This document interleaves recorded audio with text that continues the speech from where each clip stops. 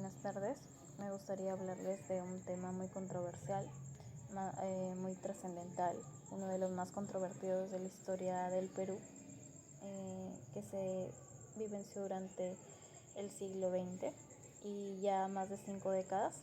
Después de esta implementación, aún sigue generando debates. Estamos hablando de la reforma agraria.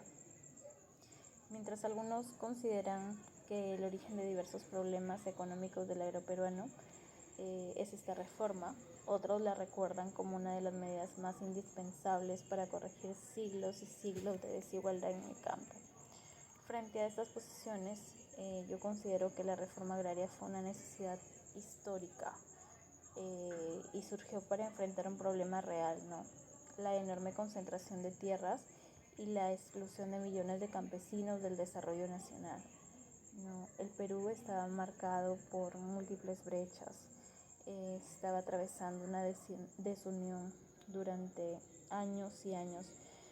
Sin embargo, si bien es cierto, los resultados de esta reforma demostraron que la distribución de los recursos por sí sola no garantizaba nada, no garantizaba la prosperidad ni el desarrollo sostenible. Para mí, desde 3 perspectivas: política, económica y social, considero que su legado sigue influyendo aún en los actuales desafíos que enfrenta nuestro Perú. Desde el aspecto político, hay quienes critican la reforma agraria y suelen señalarla como una contradicción, ya que se desarrolló en medio de un gobierno militar y no en un gobierno democrático. Pero si hablamos de una democracia, no nos estamos refiriendo precisamente a la que existía previamente a esta reforma, ¿no? Y está muy lejos de parecérsele. Sin embargo, considero que el verdadero debate no debe centrarse únicamente en quién la impulsó, sino en la realidad que intentaba transformar. Antes de 1969, la propiedad de la tierra estaba altamente concentrada en muchas regiones, pero el poder económico y político se encontraba en manos de unos pocos hacendados, mientras miles y miles de campesinos tenían escasa capacidad de participación política, escasa decisión, escasa aparición. Ante esta situación aparece esta reforma y uno de sus principales objetivos fue distribuir el poder existente en el mundo rural, ¿no? Y tratar de hacerlo más justo.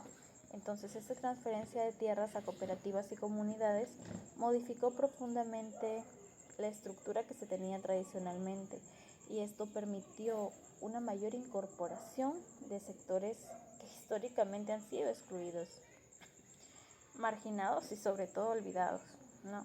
Por ello, yo considero que fue un gran aporte político, ya que cuestionó esta concentración de poder. Para algunos, incompatible con este país, ¿no?, que aspiraba a ser más inclusivo. Y bueno, por el aspecto económico también, donde se encuentran muchas de los detractores de la reforma. Hablamos de limitaciones, ¿no? Si bien es cierto, el propósito era modernizar la agricultura, aumentar la productividad y reducir la pobreza, muchos de los objetivos no llegaron a concretarse plenamente, ¿no? Pero yo sostengo que la realidad no solamente enfrentaba a los detractores por sí solos, sino también enfrentaba el país diversos problemas ya administrativos que ya estaban y que eran preexistentes, ¿no? Como por ejemplo falta de tecnologías, limitaciones de financiamiento, escasa capacidad de inversión, ¿no?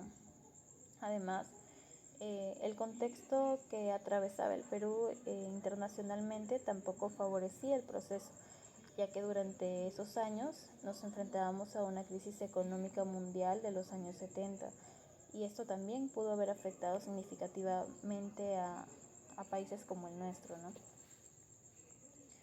Y esto fue el resultado de lo que pasó. No se alcanzaron los niveles esperados y muchas organizaciones enfrentaron dificultades, ¿no?, sobre todo las agrarias, para sostenerse en el tiempo. Pero a mi juicio, sin inversión, sin capacitación, sin infraestructura y políticas de largo plazo, se volvió difícil consolidarse esta política, ¿no?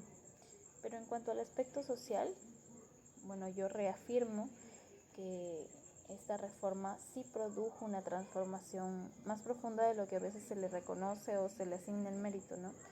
Ya que su objetivo no era principalmente una repartición, una redistribución de tierras, sino que también buscaba reconocer principios que van más allá de lo material, de lo monetario, los cuales son reconocer la dignidad, el buen trato, no, la existencia y el papel principal de millones de campesinos dentro de la nación peruana.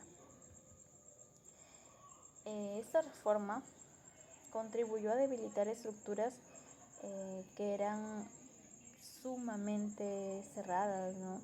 Que se habían normalizado ya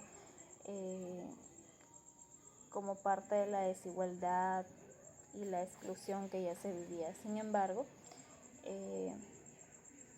el problema de la propiedad de la tierra hablaba de más allá de una simple propiedad, sino de brechas completamente históricas, ¿no?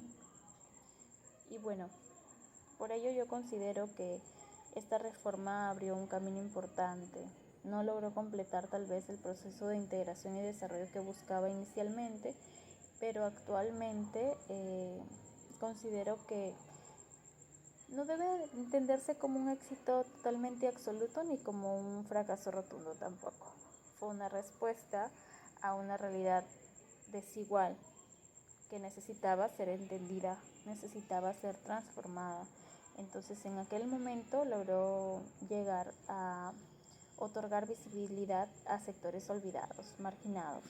Y eso ya fue el avance que estos sectores necesitaban, ¿no? Y nos deja grandes lecciones, como por ejemplo luchar desde la justicia social, desde el crecimiento económico, ya que estos no pueden luchar por separado, ¿no? Tienen que avanzar totalmente juntos. Y esta reforma agraria sigue siendo un tema actualmente vigente, porque muchas de las desigualdades que esta reforma intentó resolver continúan siendo desafíos que el Perú aún tiene pendiente, pero es un gran referente de nuestro pasado para nuestro futuro. Muchas gracias.